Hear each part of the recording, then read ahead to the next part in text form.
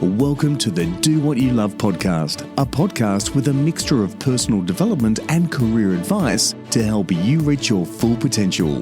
Now over to your host, Life Purpose Champion, Amanda Heal.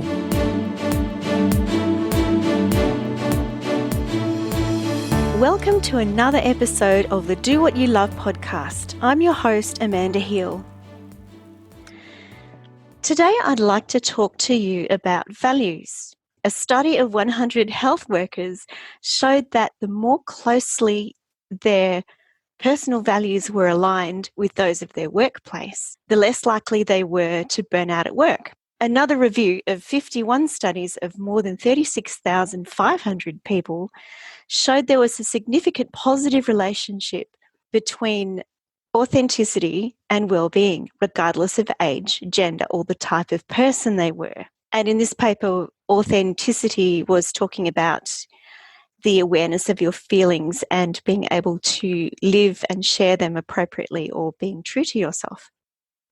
I'm very honoured to have Jackie Le Fevre on the podcast today. Jackie is the director of Magma Effect.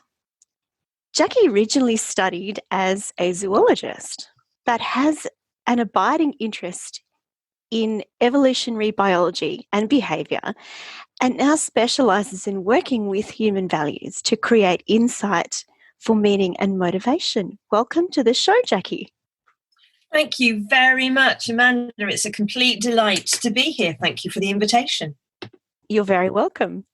I understand that the benefits that we're going to get from listening to this podcast are an increased understanding of what drives our behaviour and decision-making, practical suggestions as to where to spot our values or our personal values and where to look for them, and insights into the connections between personal values and well-being.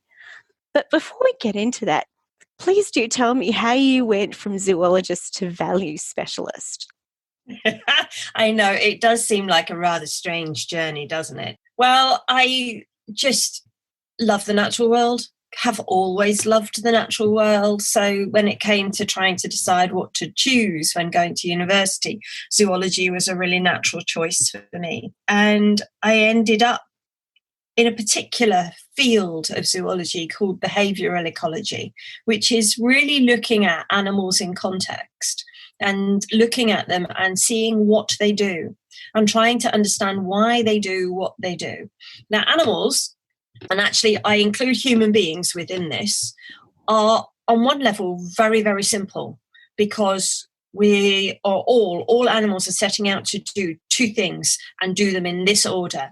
First, to survive, and then secondarily to thrive. Everything is in that direction. So it's all outcome focused, if you like. I ended up kind of getting into environmental education and environmental campaigning and communications. And then my why question turned to, why do human beings do what they do then?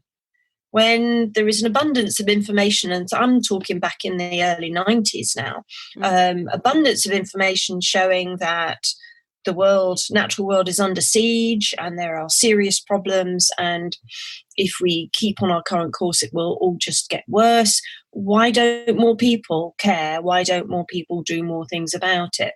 So I became very interested in the why of human behaviour and got involved in managing a number of programs for long-term unemployed 18 to 24-year-olds, so young people who were a long way from the labour market. And working with them and really listening very hard to their sense of what the world was and what their opportunity was in it, I came to realise that actually we each live in a world of our own construction. So the world they described was not a world that I recognised. So I would say to Bob from Southport, which is a town on the coast in England, you're really great. You've got great interpersonal skills. You are really polite. You're quick to problem solve.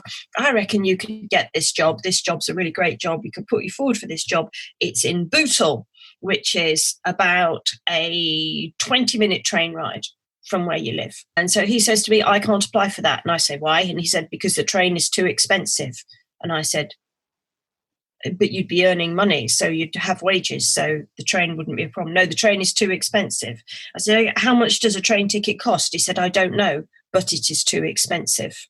Gosh. So he lived in a world where he was highly certain that this was a belief for him, that the train was unaffordable for someone like him living where he lived. And that then made his world really quite small, because there were all sorts of things that then were not possibilities for him. So I started getting interested in underpinning beliefs and what they do to frame our sense of the world. And through that, stumbled then into values, because our values exist in a dynamic relationship with our underpinning beliefs. There are things about which we are highly certain, and they make up our world. And then there are some things which we want to make an effort to have in our life. We'd rather have in our life than do without. And those are our values. They're kind of lifestyle preferences and priorities. So how do our values drive our behaviour and decision making then? Okay, so we each live in a world that's made up of our beliefs. And then based on our beliefs, if you imagine the beliefs are like the bottom kind of third of an iceberg, and then the next chunk up is values, but that's all sitting underneath the water. It's all sitting in the unconscious, in the limbic system. And then the tip of the iceberg is what we do, behaviour. What we do and how we do it. So the actions we undertake and the attitudes that we adopt when we are doing those things. Right. That's the visible bit. And it's the unconscious stuff that's driving that.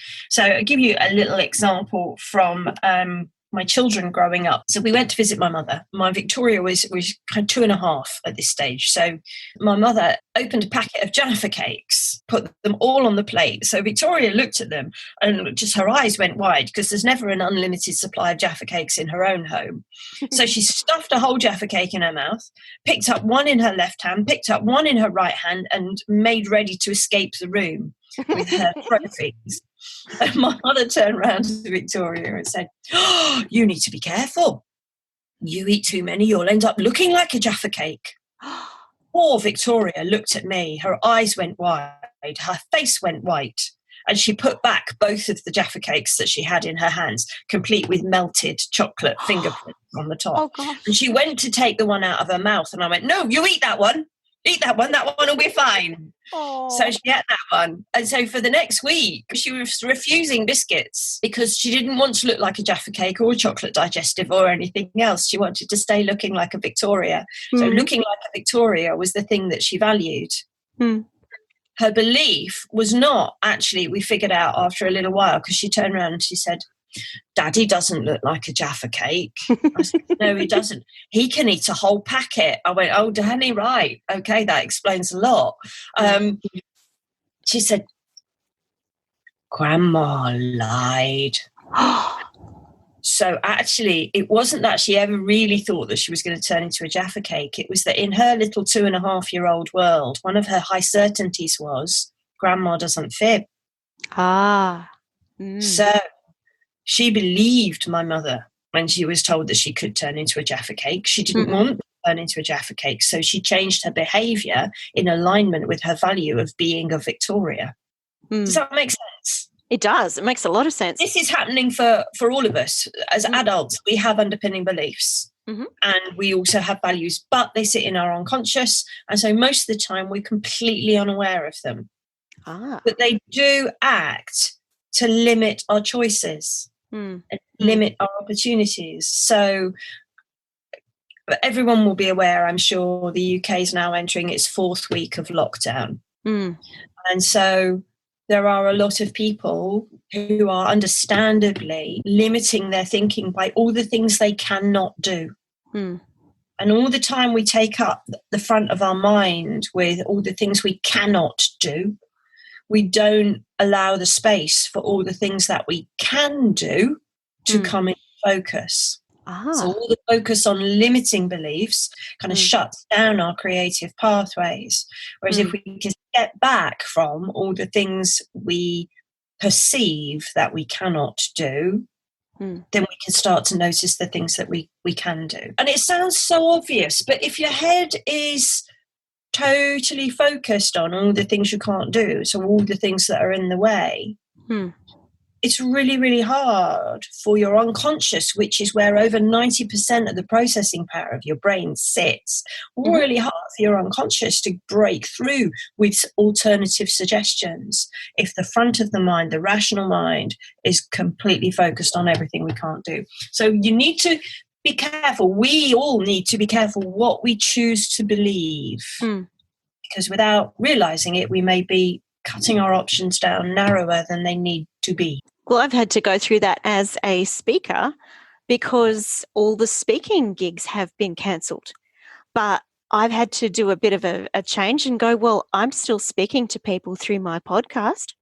I can do more podcast episodes and more live videos on LinkedIn and Facebook and speak to people that way, or even virtual events. And there was a lot of limiting beliefs and such that I had to get rid of to do that. And incidentally, if anyone wants to listen to a podcast I did on limiting beliefs, that is episode 11 of the Do What You Love podcast, which came out last week.